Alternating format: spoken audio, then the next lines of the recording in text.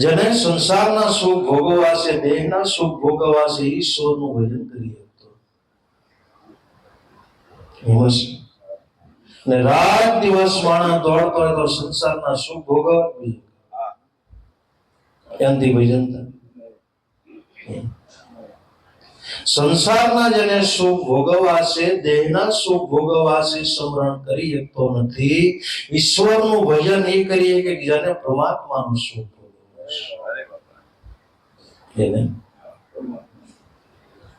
કોનાથી ભજન થાય?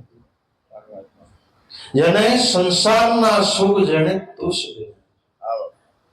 ને પરમાત્માનો સુખ જેને મહાન ગણ ગોવિંદ બાબા કહેતા પરમાત્માનું ભક્તિનું સુખ જેને સિંહ જેવો દેખાય, સંસારનો સુખ શિયાળ જેવો દેખાય એમથી. અરે બાપા, સંતો મહાપુરુષોએ પરમાત્માનો સુખ મોટું ગણ્યું અને ખરેખર પરમાત્માનો સુખ છે એવું જગતની અંદર કોઈ મોટું સુખ.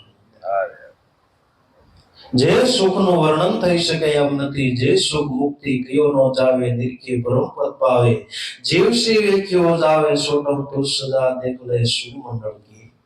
મજા પરમાત્માનું સુખ એવું છે કે જગતની અંદર કોઈ એવો પદાર્થ નથી પરમાત્માના સુખ હારે સરખાઈ શકે.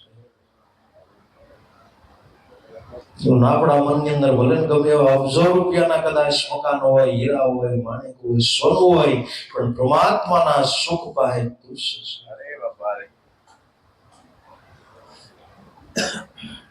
પરમાત્માનો સુખ મને તમને ખબર, જેનું વર્ણન ન થઈ શકે. જે સુખ મુક્તિ કયો નો જાવે, મહાપુરુષો એમ કે પરમાત્માના સુખ હારે કયો પદાર્થનું વર્ણન કરીને એનું વર્ણન કરી શકે. જગતમાં કોઈ એવો પદાર્થ જ નથી પરમાત્મા હારે સરખાઈ શકે.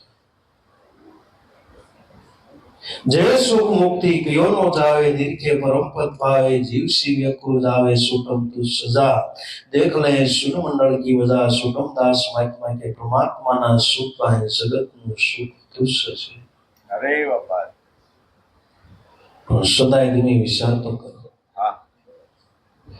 આપણી કથા એમ કે છે, આપણો ગ્રંથ એમ કે છે કે જીવ છે ઈશ્વરમાંથી છૂટો પડેલો ટુકડો સદાય પરમાત્માને પામવા માટે તૈયાર નથી. સંસારના સુખ પામવા માટે રાત દિવસ તો. અરે બાપા, કેટલી મારી તમારી ઘટના.